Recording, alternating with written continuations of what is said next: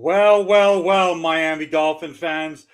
We had a show last night and we talked about Jeff Hafley becoming the next head coach of the Miami Dolphins. And lo and behold, just under 49 minutes ago, they announced that they had completed an interview with Jeff Hafley. And next thing you know, like 5 minutes later, it's announced. I get a text message from my brother from Nashville, Franklin, Tennessee, that they hired Jeff Hafley. Why is it that I'm not in front of my computer whenever this stuff happens? But guys, what we said last night has come true. They did what they had to do. They targeted a guy, and his name is Jeff Hafley. With me right now is my brother, Bobby Finstock. Sammy will be joining us soon. We'll have some other guests a little later on. I'm sure Bobby will be driving home and hopefully jump on from home in a little bit as well. But Bobby, thank you for joining me. What are your initial feelings on this hire? Look, man, we talked about it last night in length, but now that it's official, like I said, at the start of this process, even before then, before McDaniel was fired, before he was hired, when we had Flores, when we fired Flores, I said we needed a veteran coach. First off, we need to get rid of the GM, Chris Grier. We needed a veteran coach. They didn't do that. They got McDaniel, but they kept Grier. Now they fired Grier. They allowed their new GM to go and get his coach. When they got their new GM, at that point in time, that's when I got more comfortable with the fact of a new, inexperienced head coach. If it would have stayed with Grier, then I would have been banging the table for an experienced coach. But since we got a new general manager, you allow him to go get his coach. And something that I want to highlight, because everybody keeps saying, that this is a buddy hiring a buddy. If you go and you look around the main pundits and the analysts and everything, they keep saying, he's one of the hottest candidates out there around the league. And also, it was stated multiple times that this was more Troy Aikman than it was John Eric Sullivan. Aikman was very much a part of this and hammering home to get in Jeff Hafley. So I don't understand, as some Dolphin fans, you see what happened with McDermott today. It's totally natural to go, oh, Miami should be in on this.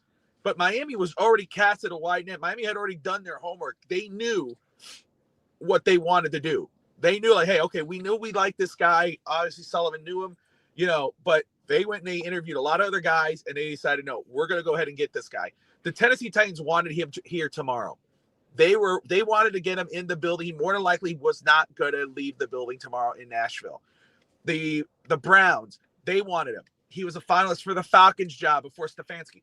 So, to me, I understand fans saying, "Oh, I wish we should have got Harbaugh." You only said it because you really wanted Harbaugh. This was the right move for the Miami Dolphins. This guy is one of the top candidates around the league, and because there's a new GM, we got a new coach. They got a shared vision together. You allow the new GM to go get his guy, and this is the best case scenario for the Miami Dolphins. You don't go bring in a new GM. Then bring him another a veteran coach. Then they're going to have a conflict of interest. You go get two guys that have a shared vision, that come from a storied organization that know how to win and build football teams, which John Eric Sullivan knows how to do. And this was the right call. Last week, when we talked about the coaching search, the first thing we all talked about when McDaniel was fired, less than 2 weeks ago, that we were looking at somebody who was a veteran. But then we started to see who the veterans were. Harbaugh, Stefanski. Then I even said, I don't want anyone from San Francisco if they hire a GM. Then we said, do we want someone from the same place? And that wasn't our first choice. But as you start to read about Jeff Hafley, you see the interviews that he's getting. You see the breadth. If you go, Bobby, on Micah Parsons just wrote the nicest thing, and he's been with Jeff Hafley for one season and was sad to lose him in Green Bay. The fact that he has been a head coach, of all the coaches that are in the coaching cycle before McDermott got fired, besides Stefanski and Harbaugh, he was one of the most experienced guys out there. He's been in multiple places. Richard Sherman had amazing things to say about him. He's a Bobby. When the look I always said to you, right?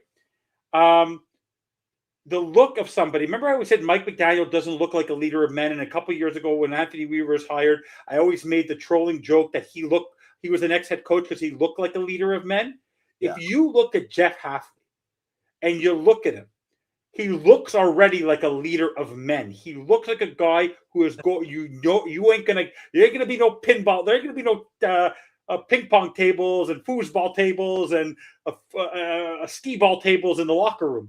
This guy looks like an educator, a leader of men. If you research him and where he's been, this is a guy that we need in this team.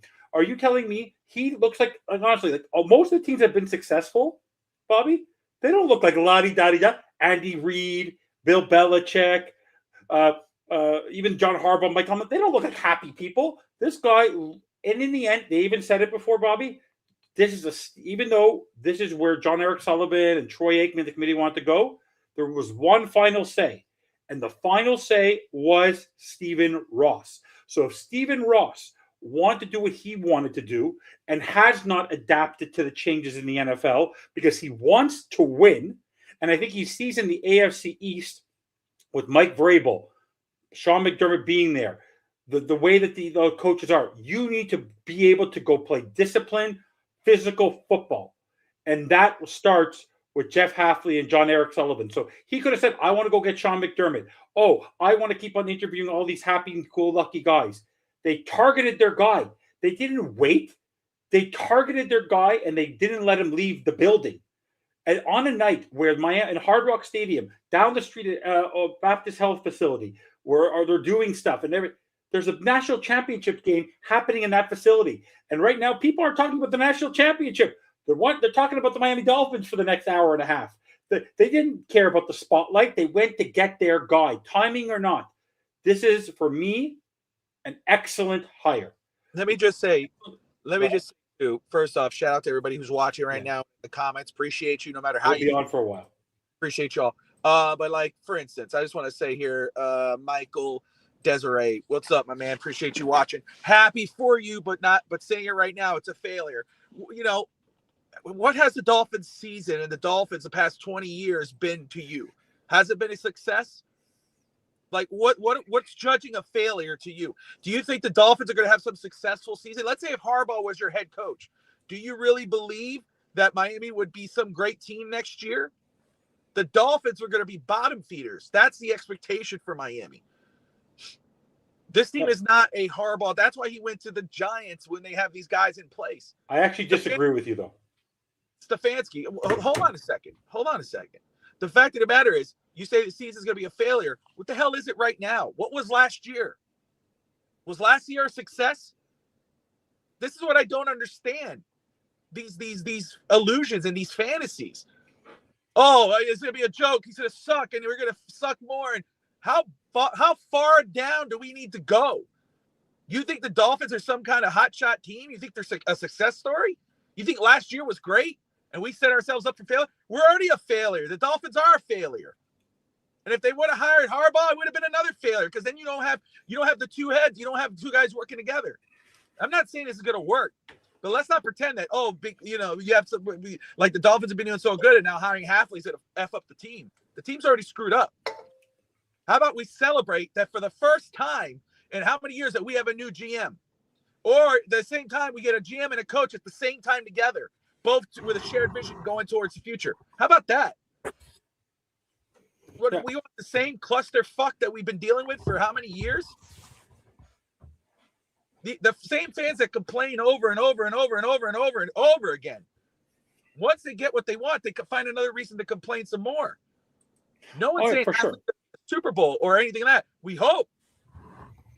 But nothing guarantees anything. What I do say is that I am happy the way this turned out for Miami because Miami put their two heads together. They got a new GM, new coach. They work together, and now they got this. Now they're moving forward. It's not a half-ass situation. Oh, this situation that we have right here is the best thing I've experienced in my time with the Dolphins in a very long time. Why? Let me join in when I'm just going to join him in just for the fun of it because he's still looking around. Sammy, my buddy. Oh, good Lord, you're back. Hi, everyone. How was your festival? Miss you. How was San Juan Festival? How was everything Oh, this weekend? boy. Oh, busy. Over half Can a you million tell me people what a all little more over. what it was? Tell the fans why you've been so busy, why you've been so incognito lately. Basically, the San Sebastian Festival. It's supposed to be a kind of religious festivity, but it's in turn basically become a festival. So basically 4 days of everybody joining in. So uh, all San Juan is an island, so you have to get everybody by via bus, via boat, everything. But great festival, everything went smoothly, almost smoothly, but it was great. But very busy. 16, I don't know, yeah, kind of over 16 hours a day work for me. So I had to go back, basically sleep 4 hours, dress up and go back. But it was a lot of fun and everyone was great. So Okay, so I already happy to gave my be back to initial talk thoughts. I was Dolphins. going to jump in on on Bobby, what Bobby just had to say, but your initial thoughts. You've been following this all weekend, I'm sure. Your initial Yes. thoughts. Last night we had a great show. We had an amazing time last night. We had Yeah, I a saw feeling it. this might happen. They would not let this guy leave the building. It's ironic, guys. Whether it's Stefanski, Harbaugh, and Stefanski, they go for their second interviews, and the guys that want him don't leave the building. So they had tons of guys they could meet with. They had still lots of guys they could interview. But Sammy, initial thoughts on the hiring of Jeff Hafley and how this all went down. I basically thought from the beginning this was gonna be the guy, just because of the connection is there, the familiarity is there. So I'm kind of not surprised that Hafley basically is the guy. I saw I did the assignment on myself to look for interviews, look for stuff on him, and he's well spoken. He speaks very well. I kind of like the way he behaves himself. We'll have to wait and see. Everything's about perception. You remember with the coach of the Jaguars said Duval, Yeah. and we were like, yeah, what a dork. What, that guy is cooked. And the Jaguars had a great season.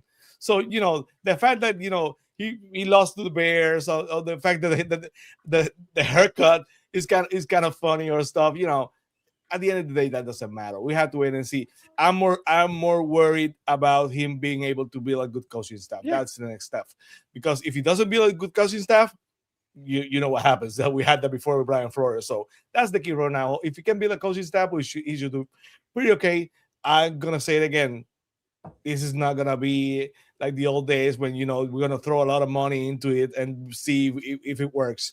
I believe that Sullivan and Hafley, he took the job knows it's gonna take a while. So this next year is gonna be bumpy. But for the beginning, I said that this was gonna be the choice for the Dolphins, and it was. But honestly, I'm going to respond by that to everybody, because obviously, Sammy, there's been a lot of lazy takes and all this because he doesn't look the part. Trust me, he looks the part for what we need. Yeah. Jeff Hafley had interviews with multiple places. He chose the Miami Dolphins. He could have gone to Tennessee and said, "Oh, I'm going to let you know." He didn't have to leave. He could have left the building.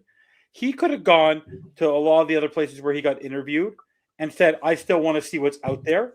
Yes. He wowed the Dolphins, and the Dolphins presented him with an opportunity, probably with a longer leash than what he thinks he can get anywhere else. The fact that he can build his own team. He might already have a plan in mind of who he wants to go get to be his quarterback for a bridge. Glenn Slate? Yes. He could. The man is very well connected in this league. The guy had interviews everywhere he wanted. All the teams wanted to meet with him. That's impressive. He is very well respected around the league. He's been a head coach before, even though it's in college. For me, unlike the Mike McDaniel hire, which quickly turned sour because he didn't get interviewed by anybody, this is a guy who's seasoned, who is improved, who everyone has good things to say about. When Mike McDaniel was hired, people were, yeah, he's a cool kid. Now everyone is saying how great, like the people who are football people like this guy, like what he stands for. And like I said, Stephen Ross could have cut everyone off their knees and changed his mind and gone after McDermott today. I'm on no rush. No, they targeted their guy and they went to get him. And personally, for me, John Eric Sullivan's used to winning. Jeff Hafley's used to winning. They're not going to come here and say, and our goal is to tank. No coach comes here to tank. No GM comes here to tank. And I'm just telling you this right now. Whatever team they have next year is going to be way better than what we had in 2019. And in 2019, we won 5 games. I don't think this team is going to be under the radar because they are going to play a completely different type of football. So for me, people who are upset about this, who are in the comments upset, be upset. But I think you'd be upset if Greer was still there. You'd still be upset if McDaniel was still there. You'd be upset if Tua was still our quarterback. I don't understand what will make people happy. Did people think that if we got rid of all three, which was what everyone wanted, Sammy, to begin with, that all of a sudden you were going to get Vince Lombardi or the second coming of Don Shula that was going to overcome all of this? Like, people live in a fantasy land that the Miami Dolphins were going to have carte blanche to whoever they wanted. They had to restructure themselves, Sammy, to be a team that has to change the fundamental culture. They had to clear themselves, flush themselves, detox themselves from all the stuff that was in their body before they can begin to heal again. And anyone who's negative about this doesn't want the Dolphins to succeed. That's truly my opinion. You're talking about a guy who was on the bandwagon, Sammy, and completely fell off the bandwagon. And then all of a sudden, I am cleansed. Well, Sammy, look behind me. Look what's behind me, Sammy. My Devon Achane jersey. I did it in living color. We're going to welcome a special guest. I think this is the first time he's been on FTSN. Yes, it's the first time. By the way, wait to give you the thumbs up because I think this is working. Steve, let me know when you're ready. Give me a thumbs up when you're ready, Steve. Yeah, I know, but also the funny part is the last time he saw me, he had to drink a few times because I kept on saying Mike McDaniel. So, and by the way, the number one thing, Sammy, for me is that we didn't hire anyone named with Mick. No McDermott, no McCarthy. I'm happy with the hire because there's no Mick in the name. So I'm ecstatic. But let me ask you, the lazy takes you've been reading all weekend, why are people so unhappy? No matter what the Dolphins do, they're never going to be happy. Because it's been 25 years of failure, and it's easy. People like to be right, and it's easier to crap on everything and say, "See, I was right. I was right. They suck," because it's easier. They've sucked for the last 25 years. So basically, the odds are that if you say they're gonna suck, no one's gonna remember. If the Dolphins are good, that you say you're gonna suck. But if you say they're gonna be good and they suck, people are gonna remember. So it's easy to take the negative route. That's easier. Every single ass clown could do that. Yeah. But at the end of the day, the Dolphins took the roadless route for this franchise. They went through the reset. I told you before, I think that Emma had a lot to do with it. You had to start from the beginning. You had to scratch everything up because I wanted Harbaugh. I wanted Tomlin, yes. But this franchise, if they're gonna start over, they have to start over with from the bottom. Harbaugh is gonna be here. I wanted Harbaugh. I think it was a culture changer, a good coach, a trendsetter. I would love for us to have Harbaugh. But we're gonna have to throw a lot of money into it and basically be stuck with the same problem. So I expect this team to basically, be 3-14 next year or something like that. Play a lot of young guys, do a lot of losing, but have the foundations to basically get a quarterback in 2027. That's what I think gonna happen. If I'm wrong, I'm wrong. Yeah, but I think so. No, but someone just put in the comments who's been a little rough. Michael, I appreciate your feedback. It's not the status quo.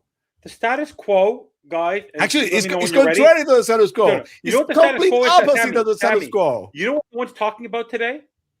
The Buffalo Bills choked this weekend. Josh Allen threw 4 interceptions. What they decided to do? They fired Sean McDermott. Was it a bad decision? Yes. I don't think so. But Brandon Beane has been there for 9 years. 9 years. He's been there as long as Sean McDermott, and he got promoted.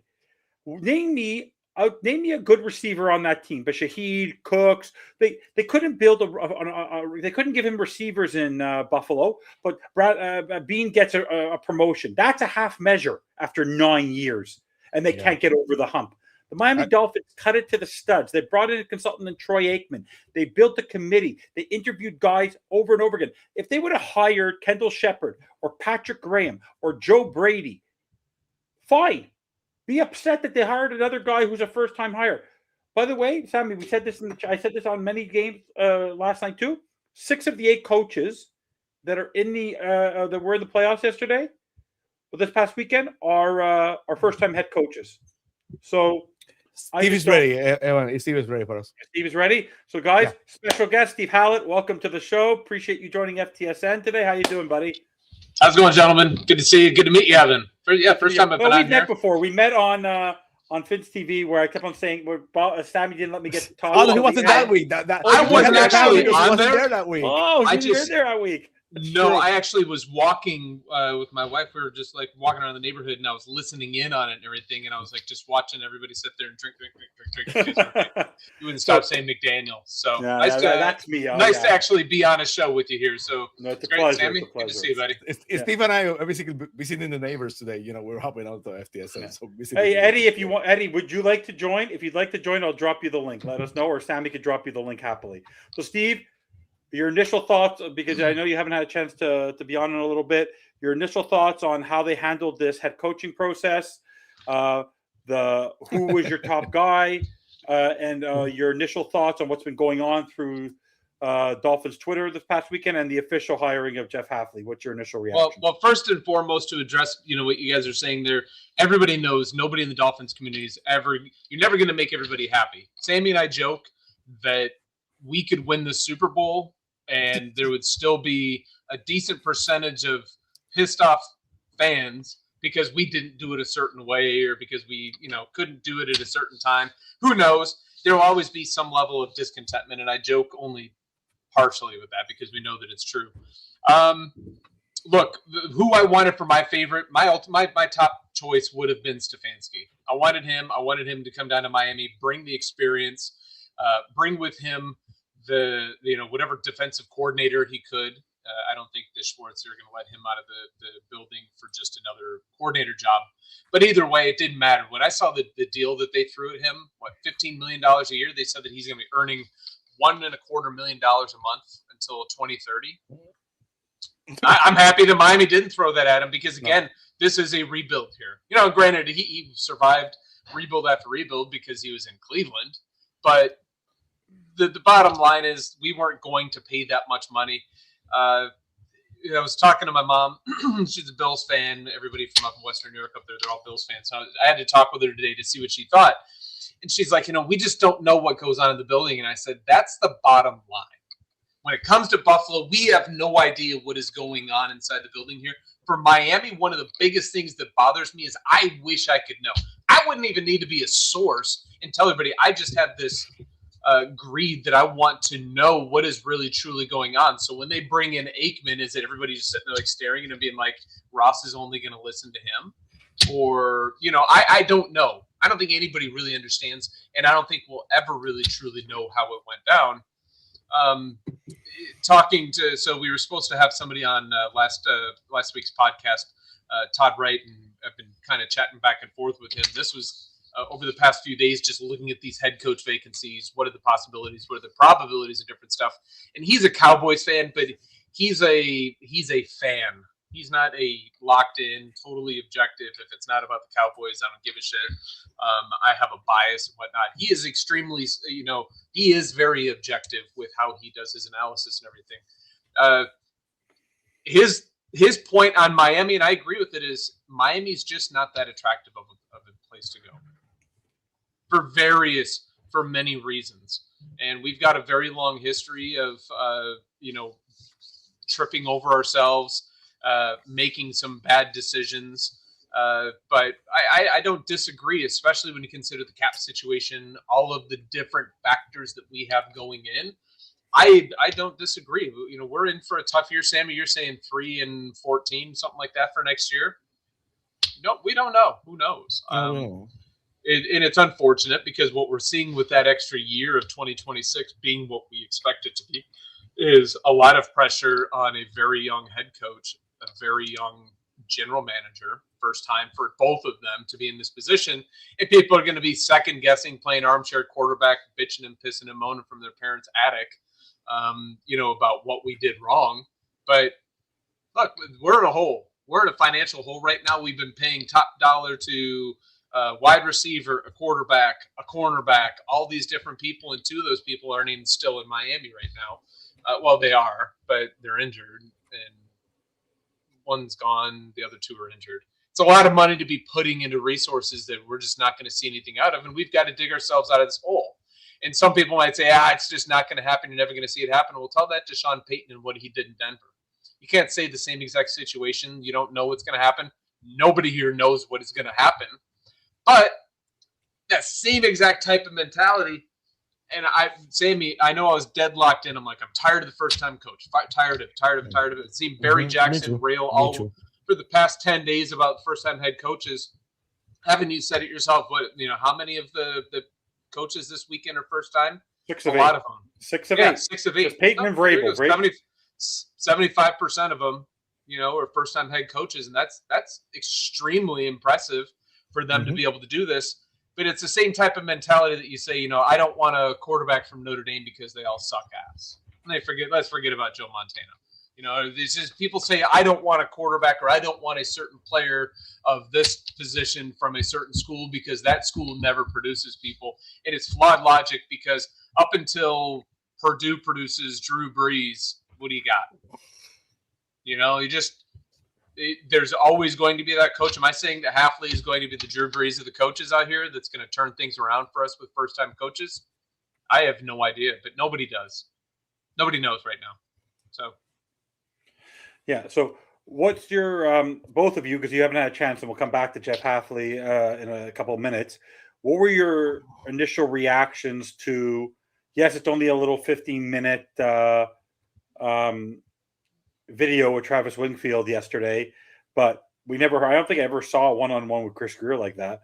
But what was your initial reaction, Steve? You can go first, and then Sammy, to that video. The way that John Eric Sullivan wants to build his team, that they want to bring in mercenaries. The best quote I think I think Sammy, you'll use it on repeat regularly on Fins TV is slow. What was it? That speed can become slow, but big can't become small, or something to that effect. And he talked about the cold weather, and that's the number one priority. So, Steve, what was your new reaction to to your first to John Eric Sullivan and his mentality? Okay. So I'll admit that I've seen little sound bites of it. I have not watched the whole thing. So insert people going in the comments like, why the hell you have a special guest on that doesn't sit here and eat, breathe, sleep, drink everything Dolphins when it's the off season. So I'm sorry, guys.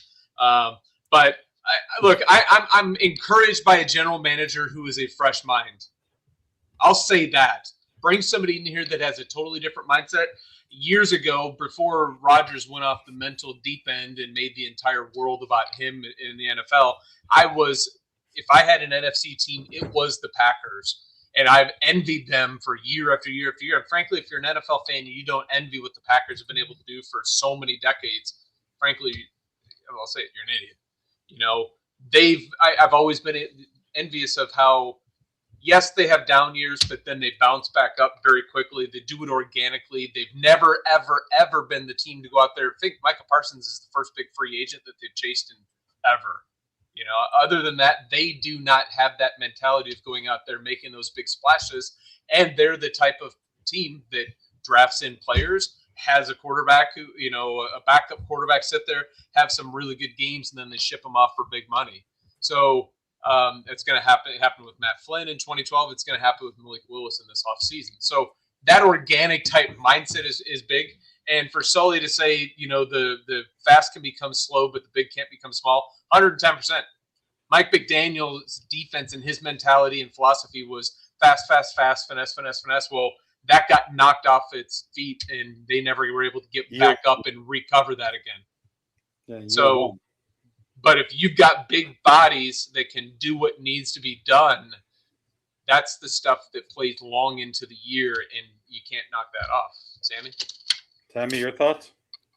He basically said everything I would expect him to say. It wasn't for me breaking news, but at least I'm happy with the way he presented himself. He's very personable, so I kind of like that. He looks like a leader. I think he at least compared to Chris Greer, we had to basically know with the we know. Compared to Chris Greer, who basically is like, well, blah blah blah, more than everybody knows, and we're gonna find a way, and be patient, trust the process.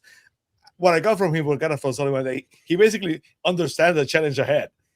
So that would be the thing I would expect. So, and he talks about the building blocks. So we basically talked too many times about who we have here to build. It's not a awesome building conglomerate the Dolphins have right now. The Dolphins have assets, but not great assets. So they basically started this with a blank page. And I think that he knows he's a challenge, and I like the way he presents himself. So again, he has to know that it's not gonna be easy.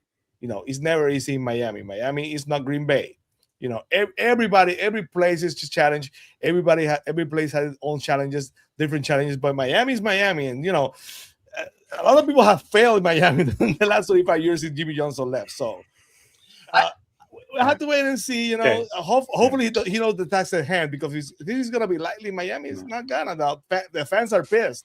The fans in Miami are basically not gonna give you a lot of rope to deal with. So hopefully he has a tough skin. I agree with you, Sammy, that Miami is not Green Bay. Miami is literally the place where players go to retire and collect a paycheck.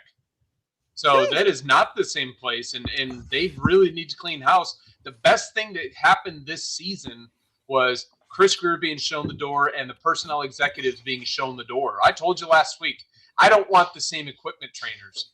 I want everybody gone. Stick a huge-ass vacuum up to the door in Davie or in Miami Gardens there and just turn it on and suck every single person out of there and be like, all right, we're starting over from scratch. It's really got to happen. So, I mean. So Steve, I want to introduce you to Brett Lagasse. You haven't had a chance to meet him yet. He is the #1 Chris Greer supporter in North America. Ooh, I got that sign somewhere still in the office. And I'm saying that in jest because this guy in 2020 called for Chris Greer to be fired.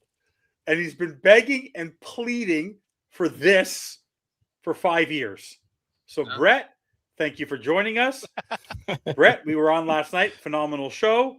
Yes. We predicted it was going to happen. So put on your analytical hat and tell everybody why this was a good hire and your initial thoughts to this hire. So I'm not saying it's a good hire yet. I don't know for sure it is. But the direction that they went is what I like. That they went with the guy who understands what they want to do. He was only in Green Bay for 2 years, so it's not like they worked together. They grew up in Green Bay together. No, but Hafley has been around the league for a long time. The people saying that he was at Boston College and the NFL for 2 years, it's do a little homework. So he started out Division III, moved up to Division I. He was a wide receiver, played wide receiver in college, moves up to the defense side of the ball and coaching, goes to Rutgers under Schiano as a defensive backs coach for 2 years. But with Schiano, he coached some good NFL corners, and one of them being Logan Ryan, and I want to say Duron Harmon. But when Rutgers, I think one of the McCourty brothers and Duron Harmon. But when Rutgers had a good slew of defensive backs coming out, everywhere he's been, defensive backs have succeeded. Him and Sullivan both agree on defensive backs have to be big, strong, and athletic, and wide receivers have to be big, strong, and athletic. The rest falls into place because how you win in today's NFL is throwing the football. I'm curious to who he's going to hire for offensive coordinator. He's been around the Shanahan tree in Cleveland. He's been around the Shanahan tree in San Francisco, and he's been around them in Green Bay.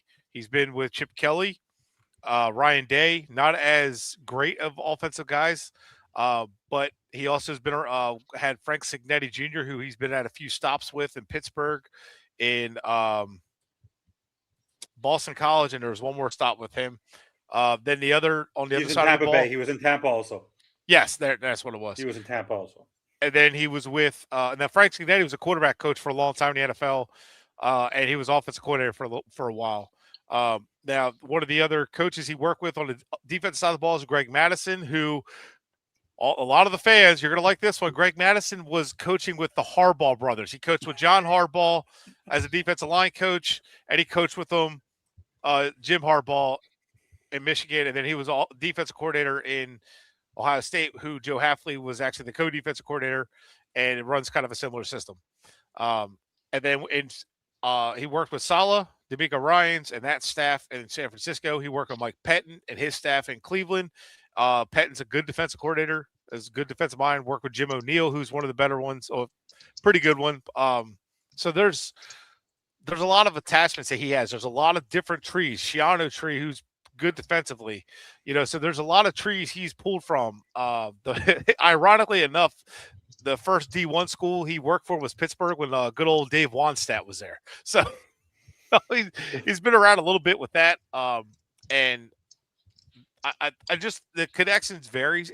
So it's not just, I like Chris Shula, but his connection right now in LA is his entire NFL career has been LA. Right. So like Clint Kubiak is one of the only ones who's kind of been around different coaches different styles, and so he was definitely my favorite option. But I mean, at least Hafley has been a head coach before. He's been around a lot of different coordinators. He's been around a lot of experience. He's built a good repertoire with everywhere he's been with the players he's worked with. He's worked with some damn good players. He worked with Darrell Revis. So Not yet. So I We don't will. know. I moment of silence for Josh Allen. He gets to pick his next head coach. What are y'all worried about? He's going to get Brian Daboll.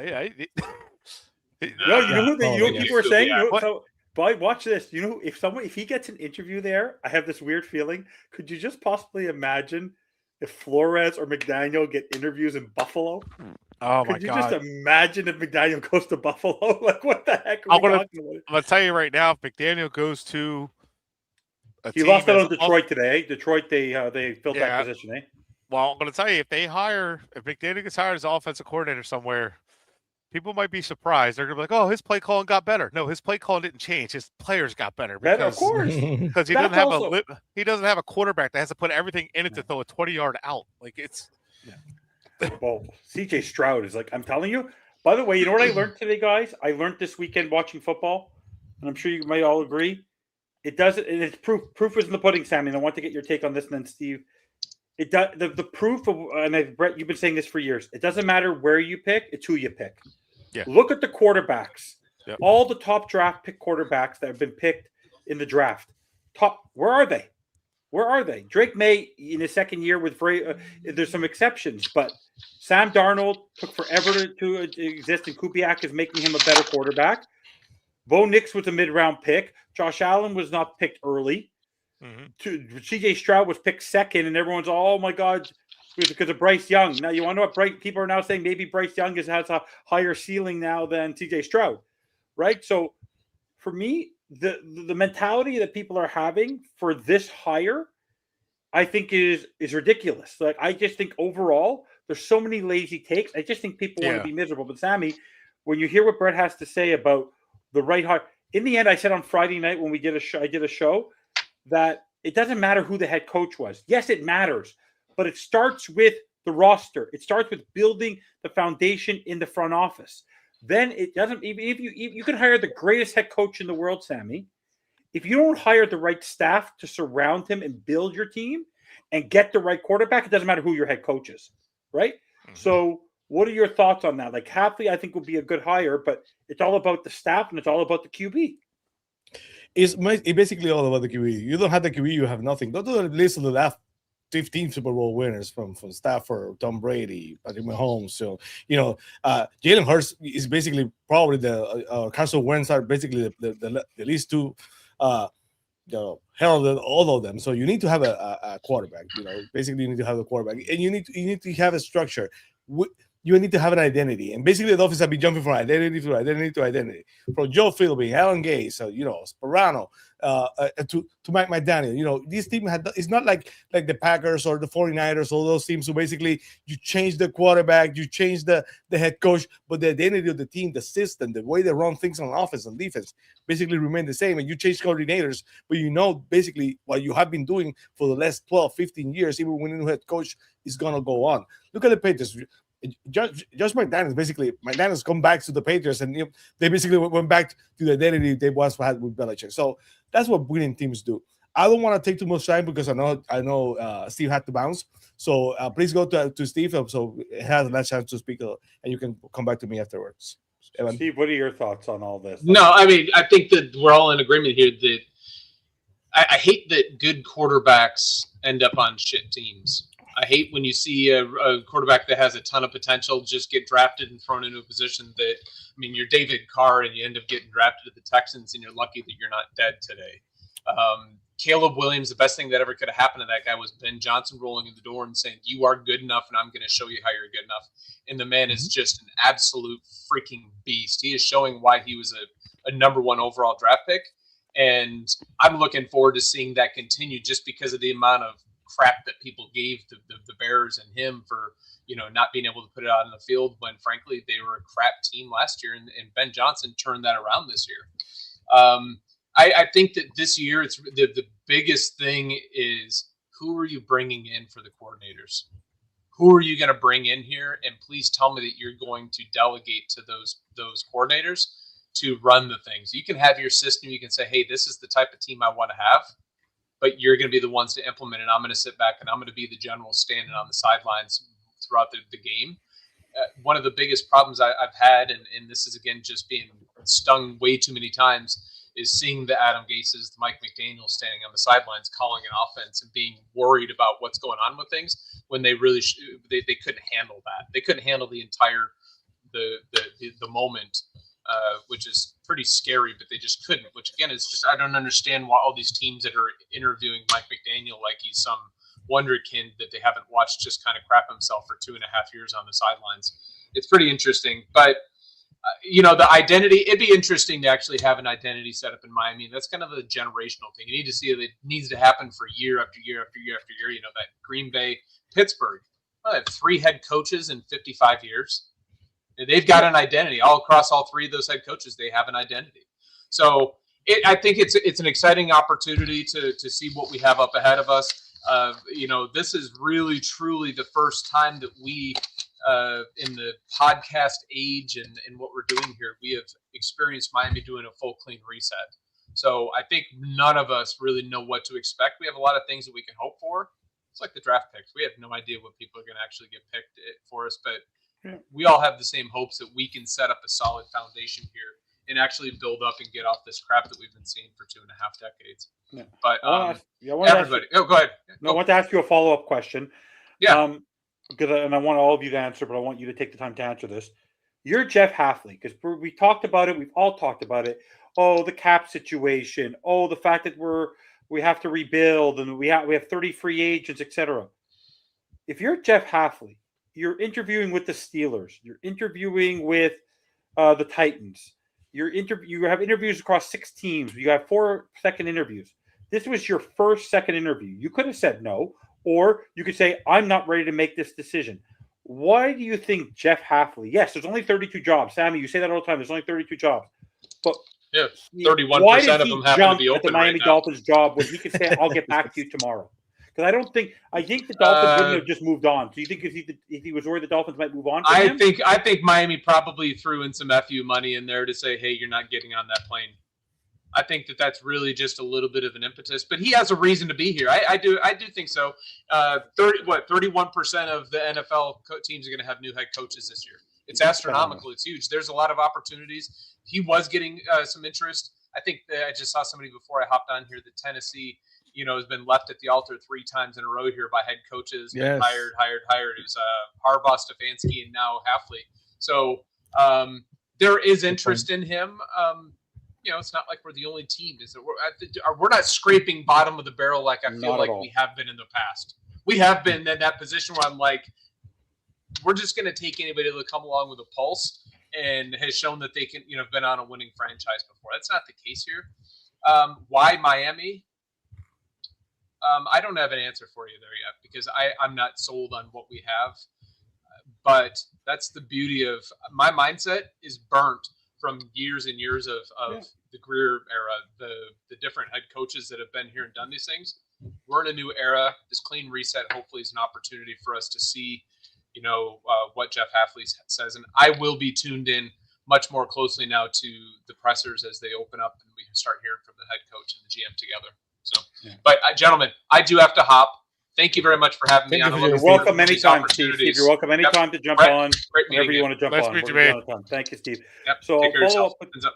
Appreciate it. So I want to follow up with you, Brett, because for me, for me and you, I think, and for Greg, this is Christmas in January and February. Like I'm actually more excited about this football team because of what they've done than I have been in most of my adult life, Brett. And for you, I think for you, who's an analytical person who likes to focus on development and drafting players and building rosters, I think that's why this is an attractive job. Because yes, you might not be good, but of all teams, it might be a year of struggle next year, but I think they're still going to try. This is your ability to put the stamp. You get to pick your quarterback. He's not there yet. You get to pick your running back. I don't think you said this last night. There isn't one position on this team that is guaranteed to a player. Not one. So explain to me, Brett, and then Sammy will go, why do you think to Jeff Hafley that he may have sent you FU money? What attracted him to this job? Sullivan and the chances to build something from the ground up. So a lot of people, what they get caught up on is somebody like Harbaugh who chose the Giants. But have said it over and over. The Dolphins were not a good fit for Harbaugh, and Harbaugh was not a good fit for the Dolphins. It just didn't make sense at You all. said it right away. Yeah, like it doesn't make sense. He's 63 years old. Greg said it, like he's just going to come and retire here if he comes here. And that's not what he's planning to do. Like he's 63 years old or 60, whatever. He wants to like kind of be a quick turnaround. If we're being fair, the Giants have quite a few key pieces on defense and offense and the style he likes to have coached, right? The style he likes to run on offense and defense that works for him. So it was a good fit. They might have a quick turnaround.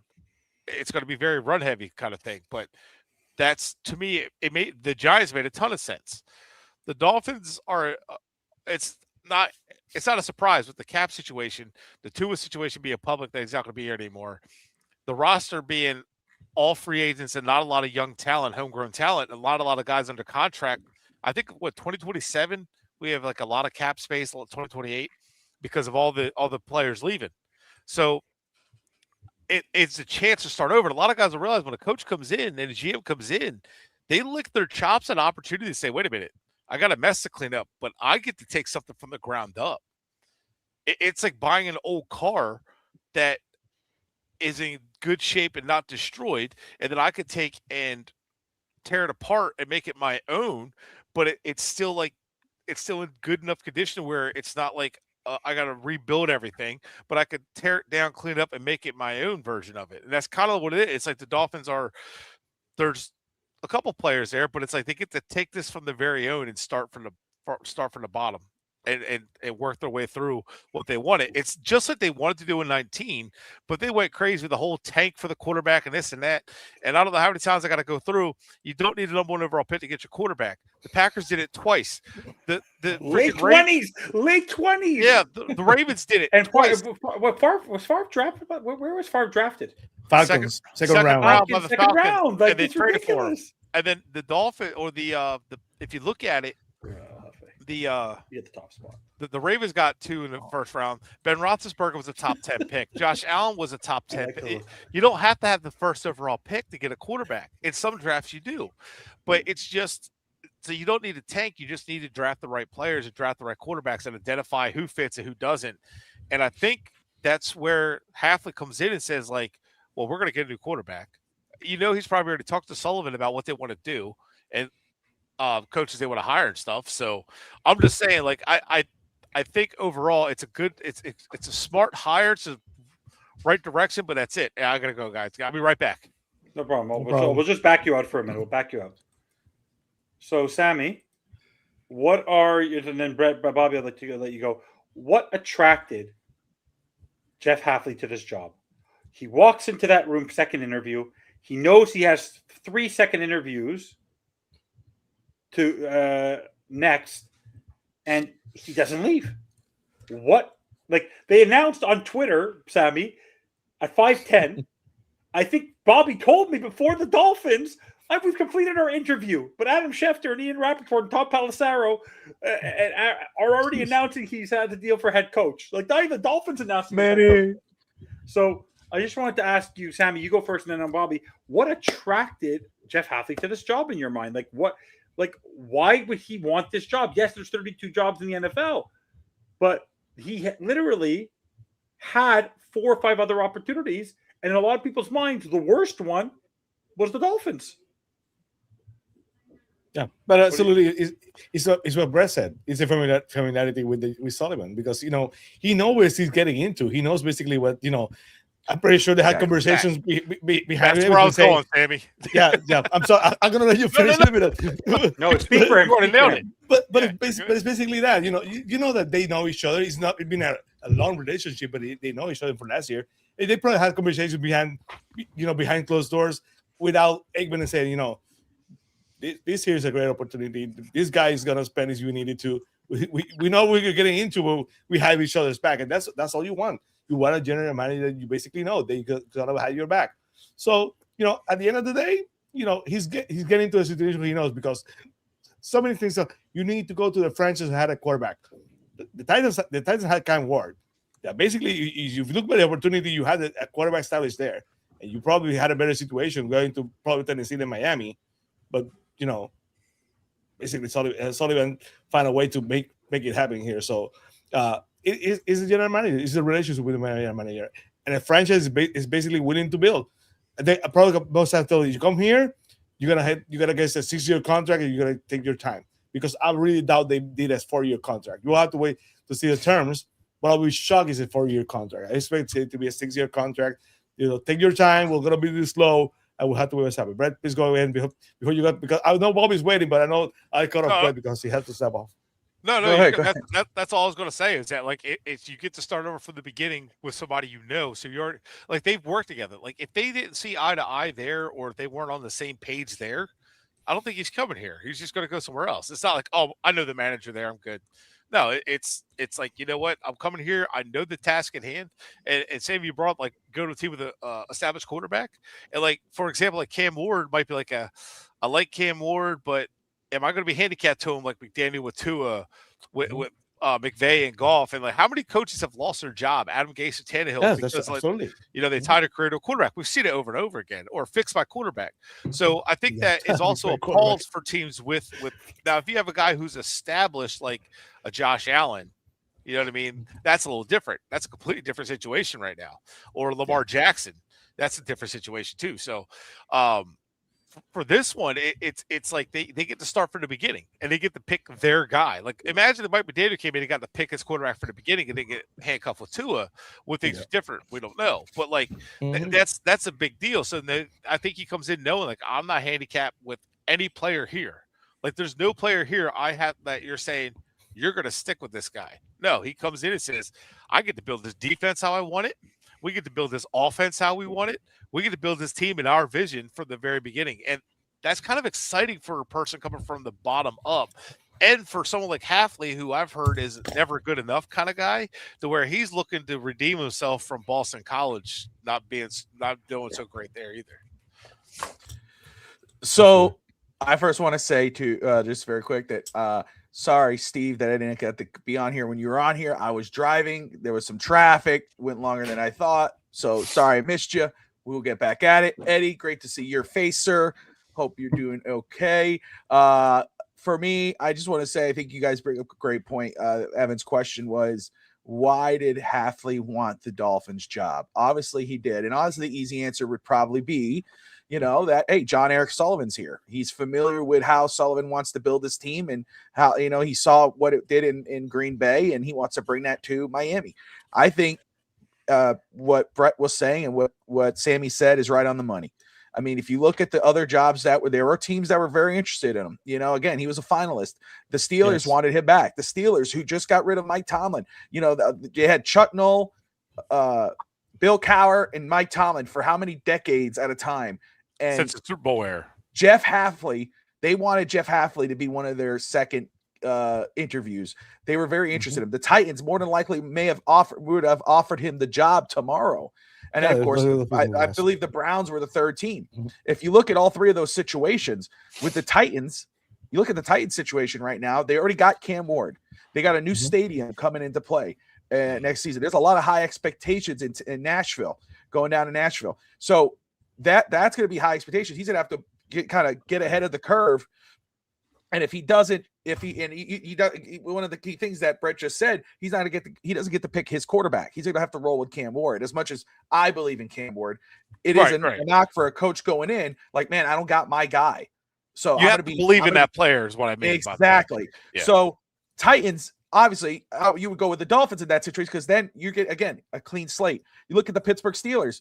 That's just expectations within itself. You see the success that Tomlin had, longevity there. You see Cowher, you see Chuck Noll. You think, man, I'm that next line of guy. That's already high expectations. And if for whatever reason that team falls on their face, that's going to cost you. And then you got the Browns. The Browns are just, I mean, I don't care what you think of the Browns, even though they got great players, that's just a cluster within itself. The Dolphins give him the best opportunity because obviously, yes, he has that connection in the front office, but also that fresh opportunity for a fresh start with the organization to put his identity on the team, as is John Eric Sullivan. When you hear Sullivan talk, and he's talking about big and not getting small, and but fast gets slow, and he's saying, "Hey, look, we're the Miami Dolphins, but we play against the New England Patriots, the Buffalo Bills, the New York Football Jets. We play against these cold weather teams. We need to be ready to play in cold weather." Like, that's not rocket science, but it took him to say that. You know, what was Greer thinking all these years? What was McDaniel doing? So home field advantage. Yeah, exactly. I just wanna say, I understand. Exactly. Yeah. I understand. The the doubt and the oh man, I just don't trust him. I get it. No one should. Right. Believe it when you see it. But guess what? They're saying all the right things. They're doing exactly what smart organizations do. How they ran this process is what smart organizations do. I know it's scary to think that Miami did something smart, but guess what? They did. I'm not saying he's going to be a great coach, a good coach, whatever. I'm saying I like how they did this process. I think it was smart. Now you got a coach and a GM who are all on the same page. Eddie, your reaction to Jeff Hafley as the new head coach of the Miami Dolphins?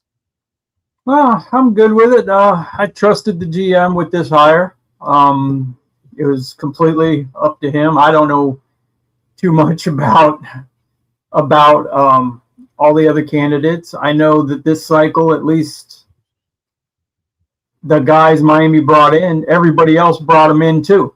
It wasn't like McDaniel where nobody else brought him in. I don't think anybody else brought Gase in. I know nobody else brought Philbin in. Hafley's also an actual coordinator. The other guys weren't. They were just in title only coordinators. Like Gase, I don't think actually called the plays in Denver. McDaniel didn't call them in San Francisco or anywhere. It was just a name. Philbin definitely didn't call plays. He was a quarterback coach. So I like it. He was with Sullivan. Everybody said, "Oh, it's his buddy." He was with Sullivan for what, 2 years in Green Bay? He's been around the league. He has connections, which I like. I like that he went to college and he was the head coach. People said he was a failed head coach. It's Boston College. He got him. It was one really bad year. In 3 years, they were bowl eligible. Look at what their coach now, who was a pro coach now, or he was a pro coach. With the Texans, I believe. He had the Texans in the playoffs for it. Was it Bill O'Brien is their head coach now at Boston College? Look at his record there. It's terrible. It's worse, way worse than Hafley. So I'm good with it. That's true. Bill O'Brien he's kind of a jerk. Yes, he is. I can't stand that guy. So He's yeah, it's hard to work for. I said You can stand me, and I'm a good guy. So as in the comments by Yeah. Rob Mosley, Adam Schefter confirms that it's a 5-year deal for Jeff Hafley as the new head coach of the Miami Dolphins. 5 years. So there you guys he's go. good by that much. Craig says, I think it's a good hire. Thank you, Craig. Appreciate you, brother. Thank you for joining and tuning in. Bob Whitmore, yep, 5-year deal. And again, that's great. And again, it's because he has a longer leash than what, again, Mike McDaniel. Like if it was right now and you're bringing in Mike McDaniel as your coach in this type of situation, it would make more sense than when you hired him back then, because you hired him then obviously to fix Tua, but his leash should have been a lot longer. It wasn't. When you brought in Tyreek Hill and Jalen Ramsey and Taron Armstead and you were ready to go and try to, and then you're like, oh, we got all this star power. We're going to the playoffs, and you get bounced to the playoffs and you don't make the playoffs and you fail out of the years. It sucks for McDaniel. It is what it is. He wasn't afforded that right. Hafley will. So fans have to kind of expect that. And, like I know the comment earlier about failure. All you could go is up. At this point, you can't go as low as you are. The Dolphins are not a success story right now. So I think, again, because of the new general manager hiring his guy, it was the best decision. Let's see here. I want to miss any comments. Evan has gone quiet. Somebody had some audio. It's not me. I'm on mute. I'm giving you guys everyone a chance to talk. Hear feedback. That's why I was started. Let him know. Don't let him know he's going quiet. I'm sorry. I didn't. Come on. No, but can I ask you all a question? I just want to. Sorry, Sammy. And everyone here, like, people talked about how we need a leader of men. We need a culture setter. Are you telling me, just from the research we've all done, Bobby? We talked about this briefly at the beginning of the show. Brett, we've been talking about it at the beginning. We didn't want anything from Sam. We wanted McDaniel gone. He wasn't going anywhere yet. Then he got. They did him dirty. He was gone. We were ecstatic. Greer's gone. Tua's gone. Then the general manager search. Is it going to be Chad Alexander? Is it going to be Josh Williams? Is it going to be the same old with Mike McDaniel? Then we get the GM we want. Then we want the veteran head coach. But then the veteran head coach doesn't seem like it fits. Then we don't want the one from Green Bay. But then we read more about him and we might like him. So we're people have to adapt with the times. And right now, after hearing what makes this hire even better for me, guys, and I'm going to ask you, is yesterday's interview. The interview that Jeff Hafley had, Jerry Sullivan had yesterday with Travis Wingfield, with Travis Wingfield, made the Hafley hire easier to understand when we did the show last night, and makes it even more understanding today. The foundation on what they're trying to build. This guy looks like a culture setter. So, Bobby, we talked about how Mike Daniel was the IT nerd. And people made fun of the laziest take in the world about they don't like his haircut. I'm sorry to break it to you. You want a culture setter? His haircut is perfect for the culture we're trying to establish. I'll just say this. I want to say this. When I hear Evan complained about it earlier, and I just couldn't help but laugh. And I was driving and thinking about it. I was like, these people, they care about the haircut, and then I was like, Evan was the first one to go, this guy doesn't look like a head coach. He's not a leader of men. Just look at him. But it's like, was I right? This guy is was I how right? do you know he's a leader of men? Look at his haircut, bro. That's a leader of men. What? Although I did think it's funny. People were like, if we hire this license registration, please. Yeah, it was pretty good. So Florida Highway Patrol. By the way, Brett, I've been comparing him to me, myself, and Irene. Yes. Brett, I wish I had that hairdo. That means I have actually a lot of hair left on my head. I take that hair. I shave mine on purpose. You can have mine. I shave mine every couple of days. Honestly, guys, doesn't this guy give us what we've been missing in the sense of what the culture we've been lacking? Because last year, Mike McDaniel is going to establish a new culture. He's going to change. He's going to be more authoritarian. He's going to be more. Evan, I'll tell you, okay, I get that, but it's not just him. It's not him. No, it's Sullivan. It starts with Sullivan. It's Sully. Yes. Again, and that's where those two, their marriage now is what's going to impact the Miami Dolphins. Yes, we know, again, it's not like if we had Chris Greer, we know, like you brought it up when we were, or Sammy did while I was driving. I heard it and I don't remember the context, but talking about the way Greer talked and the way he kind of, where Sullivan was straight to the point. I mean, there is no confusion on what he's talking about. With Greer, and you're he's like excited to talk about it. That's what I'm saying. Like, but with Greer, you kind of were like, is he this way? What is he saying? Oh, what is he? Where Sullivan, it's like, no, he is going to build a physical football team that's going to play nasty, that could play in the cold. It's not an overnight thing. So and then when we're 10 games into the season and Miami's struggling, oh, I told you this was a sucky hire. Sure. Yeah. Any coach would have been great here. So what I'm saying is it's not just Hafley. The reason more it's Hafley though, is because Hafley is Sullivan's choice. He is the committee's choice.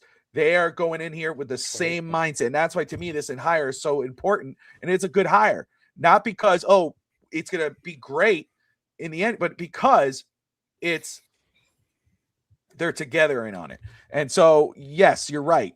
It's a culture setter, but it's more Sullivan and what he is implementing with the Miami Dolphins than it is Hafley. But because he got his guy, that's what you should expect from the Miami Dolphins moving forward. Yes. I'll go.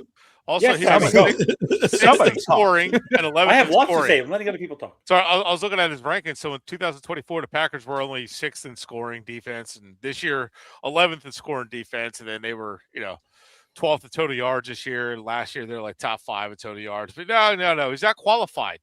Because his defense is so stacked with guys like the Rams. So Shula was a better hire apparently, because last night his defense did good. That's the one thing that people have to get out of their heads. And I keep seeing, I keep seeing the nonsense of he's got fourth quarter collapses. His defenses do bad in fourth quarter. Oh yeah, How come Green Bay has an 89-point or 20-point differential in the fourth quarter?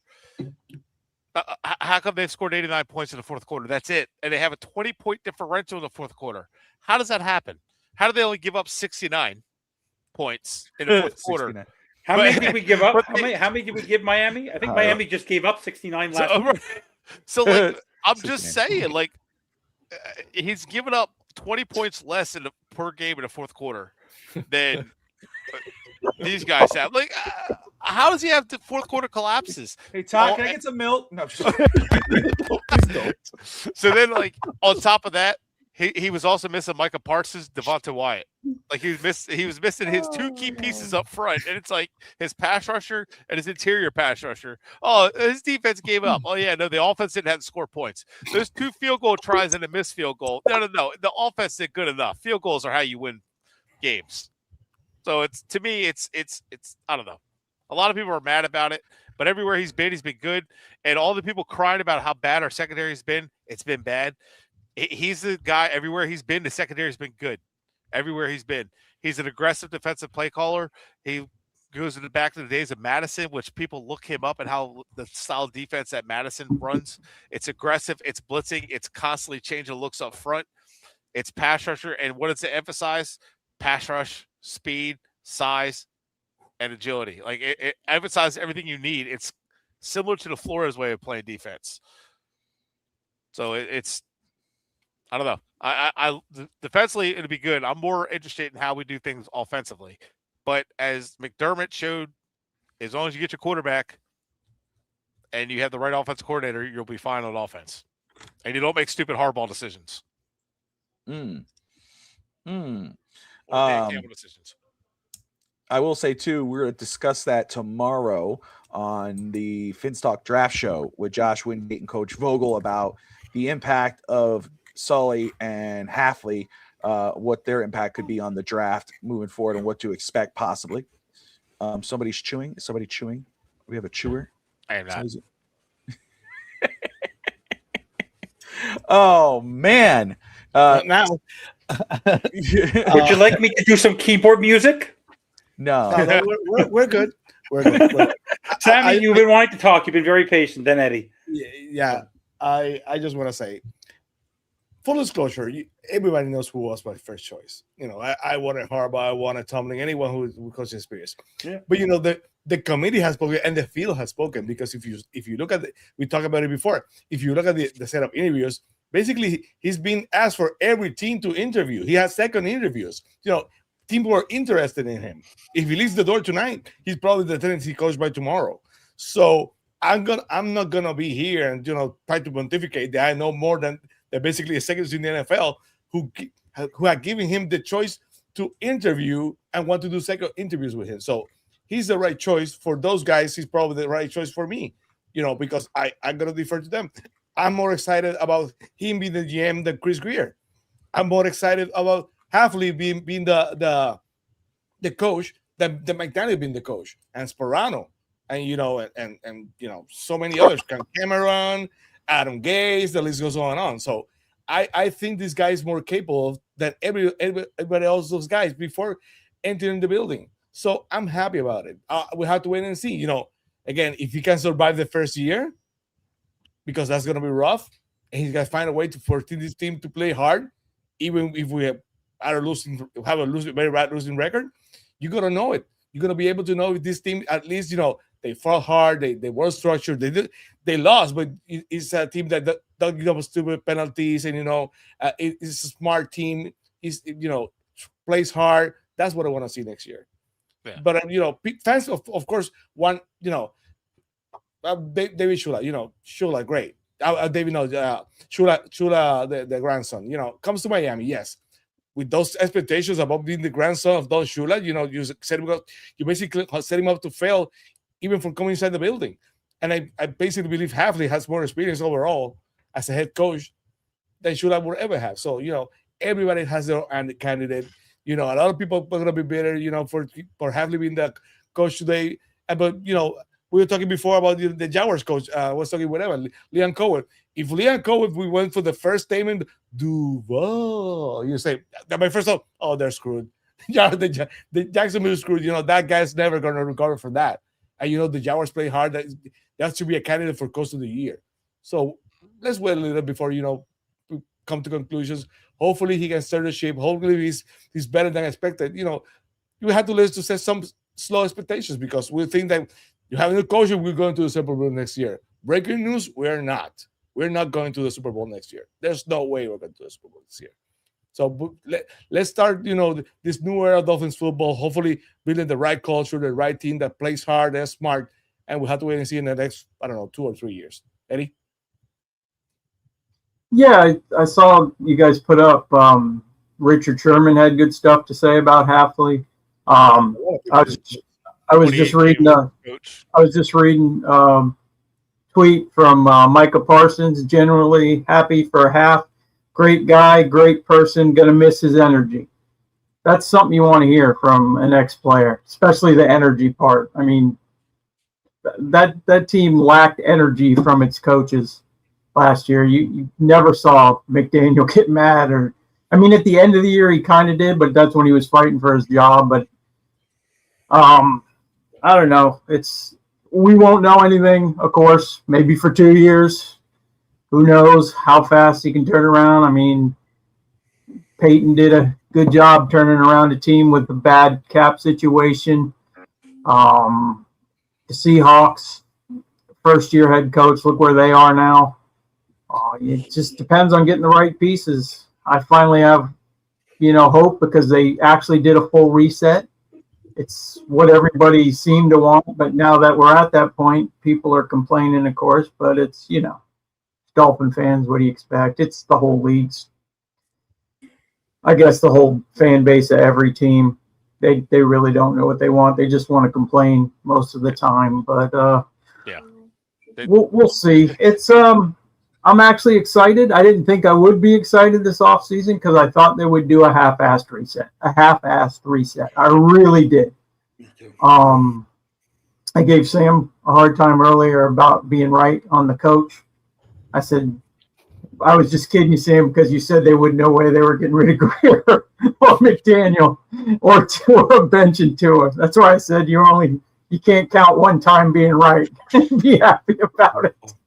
I was just kidding, man. By the way, I'm still waiting, Brett and everyone. I'm waiting for Jair Alexander to come out with kick rocks like Javon Holland did for Vic Fangio, right? Like when Dolphin coaches leave, the players celebrate. Yeah. When this guy leaves, they're saying nice things about him. Well, the thing is, that's because he was soft like Greer likes him. Yeah. Holland was Cottonelle soft too. That's why Greer likes him. Greer likes soft players, the mentally soft guys. This is why we are in the situation we're in, not the mental tough guys. Yeah. But like with the whole thing with that, it's a mindset. Like I'm just scrolling through Twitter, just typing Jeff Hafley and players, and you got players. Logan Ryan loves Jeff Hafley. Loved his time there with Rutgers. Spent one season with him. Logan Ryan's loved the guy. Talk highly of him. Richard Sherman spent one season with him in San Fran. His last year in San Fran, they loved him. The Ohio State defense, the secondary was fantastic under him. What's the kid's name? That's an Ohio State fan. I forgot his name that quick. Played. The Lions drafted him high. He outplayed. Daniel's in the house. Daniel, we were missing you, brother. Where have you been? We were asking for you yesterday. So happy Daniel to and see I you are back, going to my be together. man. Me and Daniel are going to be kumbaya together. Back on the Calvin back. Hadley. Yes. There you go. Love it. Love it. We missed you, Daniel. I'm gonna leave Scotty. I'll leave Scotty. You're good. Now he's Scotty. I'll lead us with a tweet or a quote here on this comment. It's Jeff Hafley's way of getting guys to understand the scheme and easier for players. What are they going to be able to play really, really fast and excel at? So basically, he's saying, what can they do? What can they do without thinking? How can I allow them just to be an athlete and go play football and stop thinking about being an athlete and just go unlock them to be an athlete? That's what you want from a coach. What do they do well, and how can I get them to unlock it and just do it? So that's how you get the most out of everybody. Yep.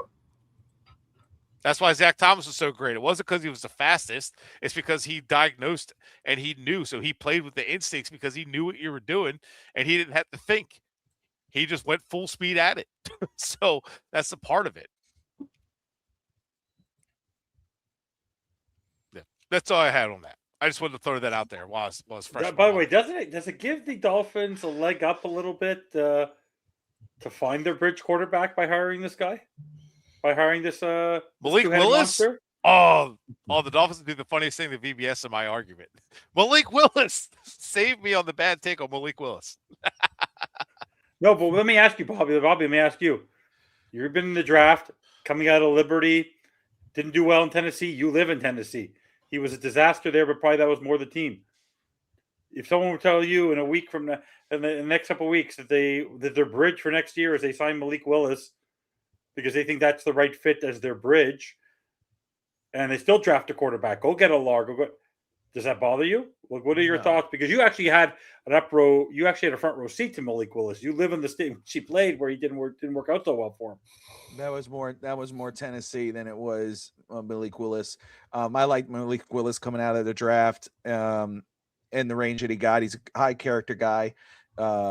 You saw some things in Green Bay that you like, and it's very easy to say, oh, Malik Willis. But yeah, sure. I wouldn't sign that. Like say that's a locked in situation. He's probably going to get Matt Flynn situation again. Yeah, remember that? And I'm not again. If they could bring in Malik Willis, I think that'd be great. I would prefer him as a bridge than Tua if you get stuck with Tua again. But by the way, Malik Willis was Josh and I's guy at the Senior Bowl when we were down there. Yeah, I remember. We did not like Pickett at all, and we liked Malik Willis being a leader. Small hands. But no, but he was afraid. I wouldn't hate on Malik Willis. Nothing. I wouldn't hate on Malik Willis at all. So again, I don't blame him for Tennessee whatsoever. But I like what Day One saying. Got to be patient, trust the process. I was thinking of something before you asked me that, Evan. I want to ask this. No, it's okay. No. It's a great question. I want to ask this because it is getting close for Canes time. And so I am going to back out in a second. Now I'm going to back out, watch this national championship. Don't you dare get your little face all punched up. The game doesn't start till the second half anyways. Yes, I'm going to be watching it too, but still. Anyway, I'm going to say this. I want to ask this, and this is going to go around, okay? We'll start with Evan. To the point. Same thing. Then Sammy, Brett, Eddie. Now that they've hired Hafley, we got our GM. Say one guarantee that you think that's going to happen, whatever that is. I said OC, DC, draft pick, free agent signing. It has to be different. Not everybody gets the same one. So, Evan, I'll start with you. Because everyone else doesn't get to speak, I will go last. No, you're going to go first. Because I want you to have the pressure to go on that. Yes. Because I know if you go last, and I'm going to be staying here, and it will be halftime by the time I get out to watch the game. So you need to go first.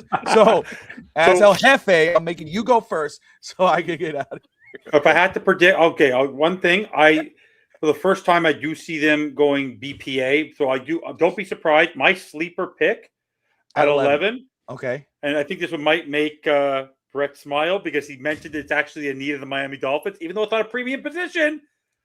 I have this weird feeling they're going to take Love at 11 if they stay in that pick. If Love is sitting there at 11, they're going to take Love from Notre Dame at 11. That's one of my predictions. And doing some research and a little like that. His OC at Boston College is the quarterback coach that Josh Wingate might know that people are already talking about as his future. I could see that happening. Keep an eye out for one of his first hires is Simcoe from Dallas, who's the quarterback's coach for Dak Prescott, who was his OC at Boston College. And Frank Signetti Jr. was with them there too. Yeah. So, but I could see his OC. I think is going to go back to his college roots. All right, Sammy. I expect this team with a Hafley and Sullivan to basically build on the trenches. I expect this team to be different from everything the Dolphins did before with Chris Greer. Forget about basically Mike McDaniel. Forget about the wide receivers who are 5'10", 5'11" speed, and the offensive line basically taking the back seat. I expect this team to basically be in the trenches, being a team that can. And Sullivan said something I said before. We are thinking too much about winning the playoffs or winning the Super Bowl. think about, basically winning the AFC East and the opponents we have in the AFC East. We need a team that's built to run the ball, win in December, strong in the trenches. So for what I heard from Sullivan, I think basically he's at the same pace. So I expect this team to start building from the inside out, strong in the middle, strong in the defensive line, and find a way to establish a running game that they have not done before. Even with Miami Daniel and AJ, when they run the ball well, they run the outside zone too much, probably because they'll be a more physical team. So I expect the team to be more physical. And, the question remains who's going to be the offensive coordinator. I said before, the Packers usually don't like for coaches to go outside of the franchise to bring people with them. So we'll have to wait and see if they do it. If we have to wait and see, I think this is the guy who's basically the offensive coordinator now with the Packers. Who doesn't go to play, so the other man LaFleur could join him in Miami. That would be a good pick, but the guy didn't call the plays with the Packers either. So hopefully someone who has experience to call the plays will benefit will be a lot of benefit for the Dolphins. I want to say too, right now, we'll get to Brett with the same question, but I want to thank everybody who's watching right now. We have over 570 people tuning in live from X, Facebook, Twitter. X and Twitter are the same. YouTube on FTSN, FTSN Extra. So appreciate everybody watching. If you're new to the channel, do me a favor. Not only if you're watching on X, go ahead and give us a follow there. But if you're on any of the YouTube channels or anywhere other than the YouTube channels, come on over to YouTube, hit that subscribe button. We appreciate you guys. You got Sammy of Fins TV, you got Fins Tanza and Brett Gassi of FTSN. You got Eddie of Fins TV Plus on FTSN as well. So got a whole good crew here. Steve Hallett of Fins TV joined us as well. It was really great to see him. I hate that I didn't get a chance to hang with him for a little bit, but we will in the future. But very cool to see everybody here in the comments. So again, breaking news: Dolphins hired Jeff Hafley as the new head coach. Reacting live to this news, discussing what to expect now that we have our coach, we have our GM, what to look forward to. Again, tomorrow I will be live again with Josh Wingate and Coach Vogel talking draft. We will be highlighting wide receivers and be also talking about the impact of Jeff Hafley and Sully as the new GM on the Miami Dolphins and what to expect. Evan with the shocker that he believes that his wild card is that Love for Notre Dame running back Love could be the pick for Miami at 11 if it's truly BPA. But hey, no laughing matter. That's what I asked. Give something that you think could be the case. Love it. Nope, you can't add to it, Evan. You're stuck where you are. One more. Brett, nope. Brett, say it for me. Say it for me. No. What? What do you want me to say? I was just going to add. Don't be.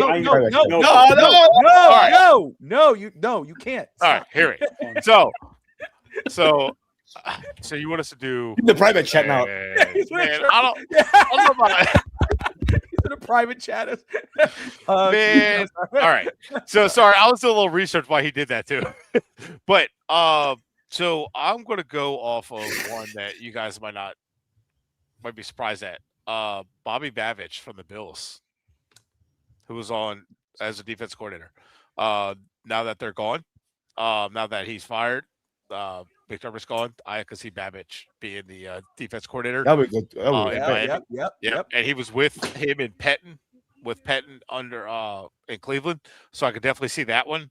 I'm not going to say another name because the other name that keeps sticking out to me defensively, I think might be the real one. Offensively, I'll go something different because a lot of people are going to say the Shanahan tree, which I really think is the way they're going to go. And it might say like Green Bay is where they went, but I really think any of them coming off of that. I can see the one I'm hoping for is Clay Kubiak from San Francisco to get him. He doesn't call plays there, so it'll be an upgrade for him. Fits exactly what they do, just like LaFleur. So I think that one will make me happy there. And then I'm going to go the corner out of Tennessee, McCoy, at 11. Mm-hmm. Wow. Talked about that last night, that McCoy could be the pick there at 11. Right now he's my top corner. He's my favorite corner. I haven't got to watch much, but he is my favorite corner to watch. He's got that dog, that physicality, athleticism.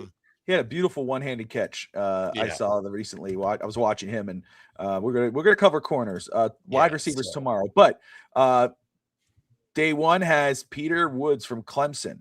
So there you go. That's a name to throw out there. That would be in the 11th pick.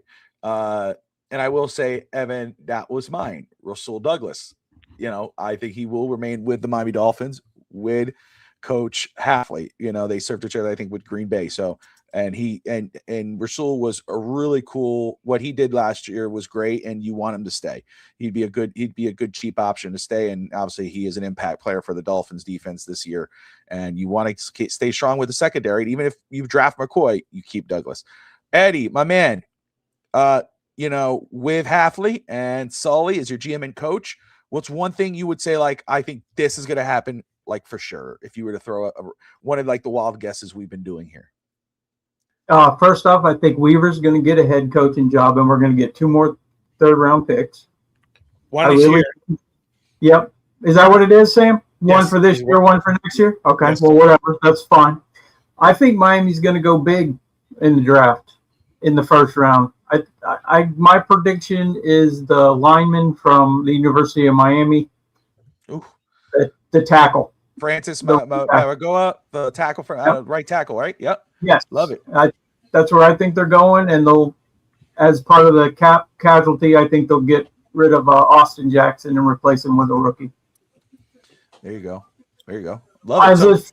coordinators, I would love to throw out a name. I hope they get somebody with some experience at one of the position to help him learn to be a head coach. He's got to have somebody that used to be a head coach somewhere to help him.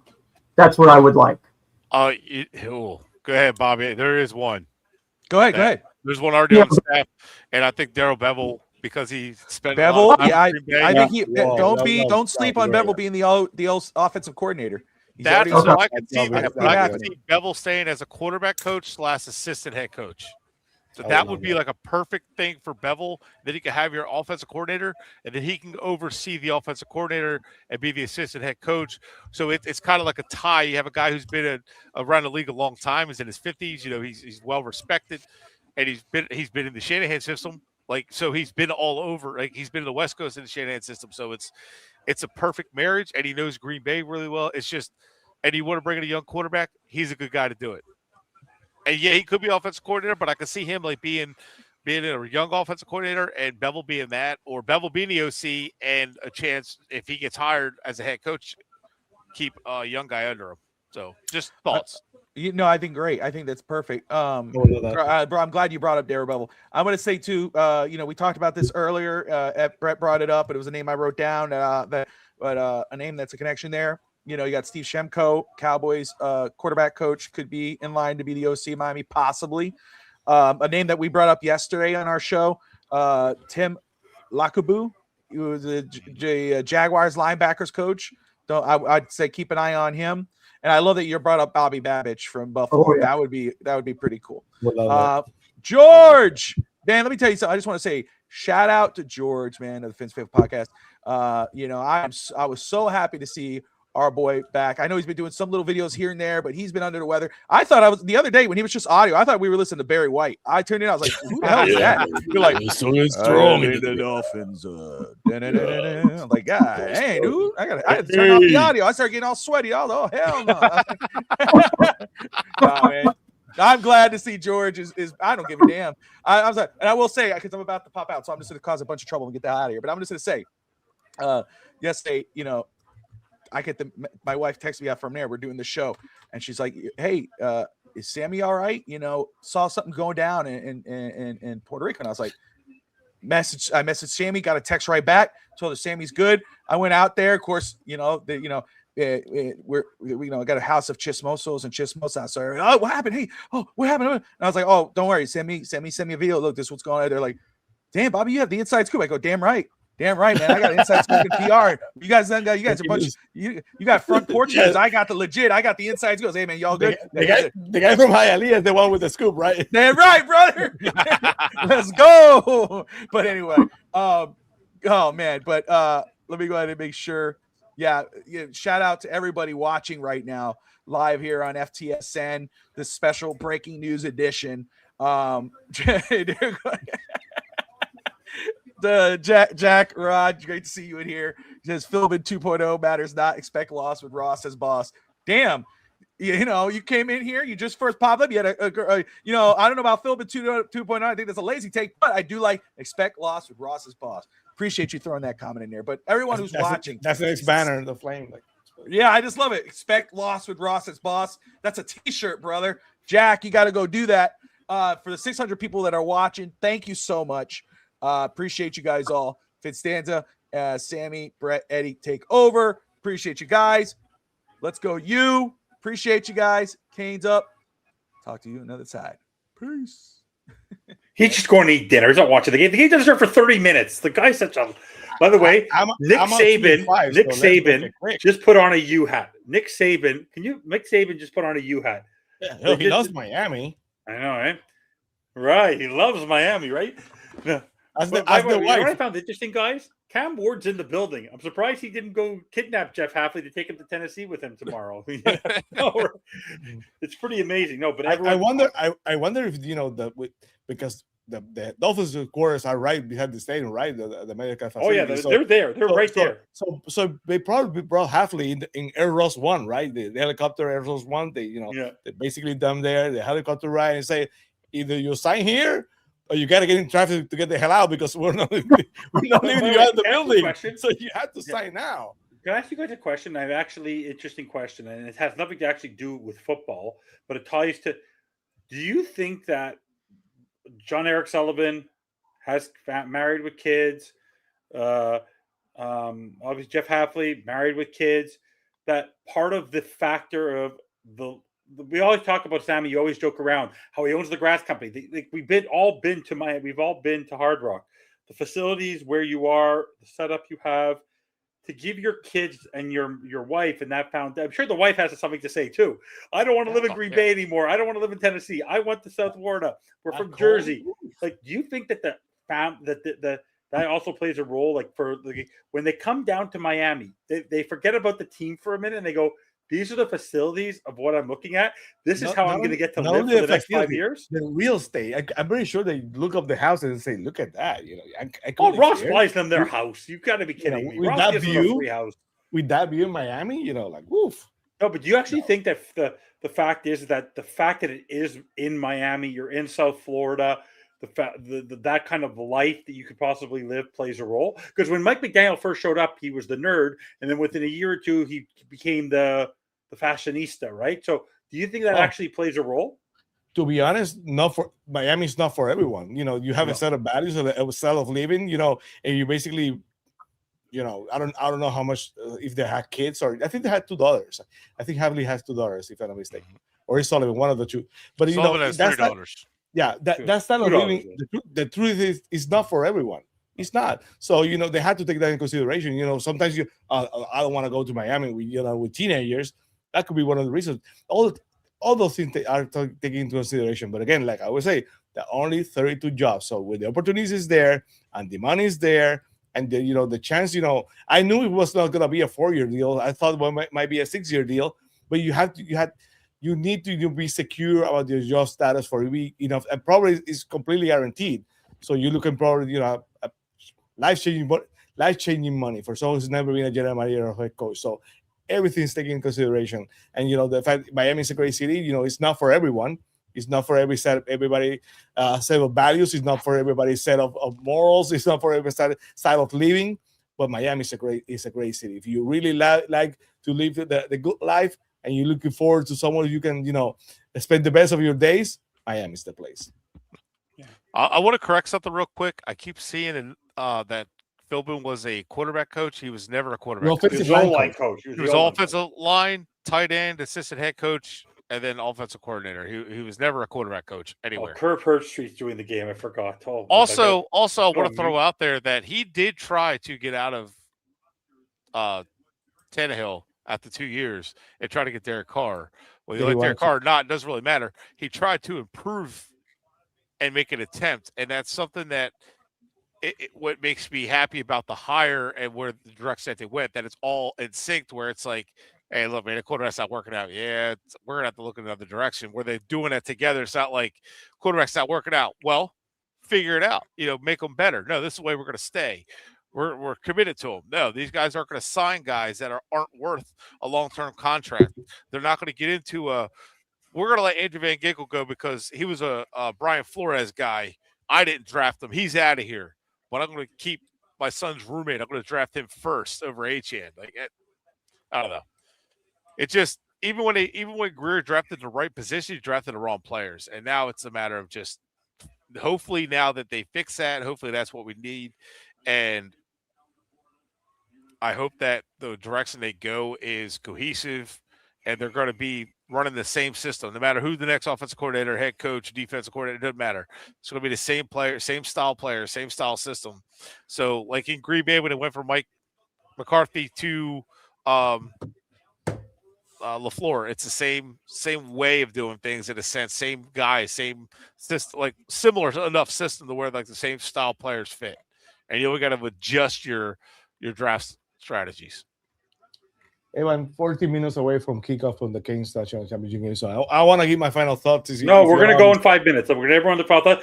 By the way, what gives me as much joy right now with Jeff Hafley being coach is that Dan Campbell didn't think that Mike McDaniel was the right fit for the Lions. Well, the complete opposite. The complete opposites. Jeff Charles reported an interview quite the right fit. You know why? He wants to run the football. He wants to play old school. We want to win by field goals. He does not want to pass the ball as much. Dan Campbell? Or yeah, he doesn't want to throw the ball as much as Mike McDaniel's going to. So real quick, the three of the four teams that are the lowest run efficient teams, and the one that's a high run efficient team, the Rams are also they pass more than they run. So running the football and physical defense doesn't win football games. Quarterback and pass game wins football games. Yep. There's no such thing as a power run coming back. Stop the nonsense. No. That's all I had to say. You know how I like my teams? I like my team like Jimmy Johnson used to have the Cowboys. You know, you throw the ball the first half, you take the lead, and then you're able enough and good enough to run the ball and slow the clock and basically end the game. That's the key. Yeah. That's able to control the game. You know, to take the lead because it's hard to come from behind. In the AFC East, if you're the Dolphins in December in January, you know that's hard. So I want a team that's able to throw the ball well, very good, but it's also good enough to run out the clock when it's needed. That's the kind of team I want. Before we move to Eddie and we all give our final thoughts, Brett, just always remember, elite mid, the guy behind us who I love, his jersey's over there. We have him as the premier back. We have 2 losing seasons in a row. Pow, pow. Always remember that. Running game is key. We lead to losing seasons. So, Eddie, final thoughts? Miami Dolphins hire Jeff Hafley, John Eric Sullivan. I'm sure they're going to be having their press conferences probably in the coming days. Overall, what are your thoughts on what has taken place since the season ended? Well, I'm going to have to grow my hair a little higher because I got the same haircut, but his is a little thicker on top, so I'm going to have to grow it out a little more. And Sammy, you got a great do. That hair. I got very jealous of when I saw it. So that's some beautiful hair, man. I ain't afraid to say it. It is. I don't know. Like I said earlier, I'm excited for once. I did not expect Ross to do the right thing, and he did the right thing. It really blew my mind. I mean, I don't know what made him change his mind. I don't know if you guys talked about that on the other shows about the Darren Waller thing. At least I didn't. No. The meeting where he was fired. Yes. Yeah. I don't even know if that's true or not, but that's crazy. It's something that, like me and Sammy were talking about earlier in the year. Are we really going to have something to look forward to next year? But now we actually do. Like, I don't care what their record is next year. I just want a team that is playing hard and not making the stupid mistakes because they're not being coached right. That's what I'm looking for in the first year under Hafley and the new GM. Pick players that want to be there, sign them to sign and or draft and develop for once, not draft, let go, sign the top free agent, and trade for Jalen Ramsey type players anymore. No more mercenaries. And final thoughts, Brett, just FYI. If Bradley Chubb would have been a Packer, he would have had his incentives, because in the 2 years that Jeff Hafley ran the Packers defense, they were top 10 both years. So not a bad, and that was 1 year without Micah, and then was missing Micah for a good portion of the season this year. So not a bad defensive play caller. So Brett, what are your final thoughts on the hire and everything that transpired over the last week? I'm just letting it play out. I don't have a decision or a feeling of one way or the other. Just the direction that they went all made sense. I like the idea of them going after somebody that knows them, that has experience, that has ties all over the league, not just there, between like the Shanahan tree, obviously on offense, and then defense. Like, he's been all over around some good defensive guys, very creative. He uses that. So honestly, it's going to depend on the coordinators he gets in, the coaches he brings in, decision he makes there, and how they build this roster out. I also don't expect the assistant coaches to be the same exact ones in the next couple of years. So, I'm giving them a chance because I like Sullivan and where he's going, and we're getting a restart. It at least gives us hope that we're trying. And if it fails, at least we're trying. So that's the biggest thing for me. Sammy, final thoughts? As long as we get a head coach that knows the importance of have a team that's physical, disciplined, that plays hard, that is not stupid, as someone said in the chat, I'm all for it. That's basically that's what I want for them. I want a team that looks cohesive, that it looks strong, that it looks mentally tough, and that doesn't quit. If he is able to do that, and Sullivan gets the players, it's not going to be in year one. Don't worry about it. The mistake of thinking the Dolphins are going to the Super Bowl next year, because they're not. But what? Damn. What? Chuck, breaking news. Breaking news. They're not. Come on, I already booked my time. They are Sammy? not. Sammy. They're not. They're not. They have. But I see the Broncos and I see the Patriots, and then a quick turnaround is possible. If you get the right quarterback in time, you build the right way, you can turn it around this fast. So by 20, I know it sounds funny, but by 2028 or 2029, the Dolphins might have a good enough team to contend to win the division. And that's what we can expect for. So I'm gonna enjoy the ride no matter what. I'm gonna be here with you guys every time health permitting. That I'm gonna be here, and I'm gonna be being a Dolphins fan and rooting for them no matter what. So hopefully at least it's entertaining, and hopefully they make me proud of a team that looks like a team that's good enough to contend every single game. Yeah. For me, when all that I have to say is Jeff Hafley, from Eric Sullivan, good luck, Godspeed. You have a long leash with most of the fan base, the ones that actually have a brain. At the beginning of this season, we had Tua, McDaniel, and Greer. Two of them are officially gone. One of them, please kick him out. Kick him on the way out. That should be your first interview, Jeff Hafley. You and John Eric have to have a sit down with Tua and tell him, adios, arrivederci, goodbye. That would be dope. That'd be dope. That'd be dope. So, guys, their first start, that'd be dope. Exactly. Guys, we have a lot of great content happening on the Fins Talk Sports Network. Fins Talk Overtime will be back later this week. Maybe they'll show up, the two guys on my show. We have the draft show tomorrow. I'm sure Real Talk Fins Talk will be around. All different shows. Sammy, I know you have your awards coming up in a couple weeks, but anything planned otherwise? Now that we're doing so much fun stuff, is Fins TV going to make a little recap? I know Eddie. I'm sure Eddie, you're welcome on our show whenever you want. But Sammy, what are your plans? Oh, we're gonna have the Fins Awards February 3rd, and then we're gonna have, of course, the free agency, the draft. We're gonna have a once a month show, and I'll be here on the flagship show of FTSN on Fins Talk today. Probably we're gonna have Eddie. I hope Eddie can join us. Of course, he's gonna be joining us every now and then during the season, so it'll be a lot of fun. Yeah. So guys, like and subscribe. As always, Fins up, and time for the U to win tonight, guys. National championship. Like, guys. Have a night, guys. Have a good.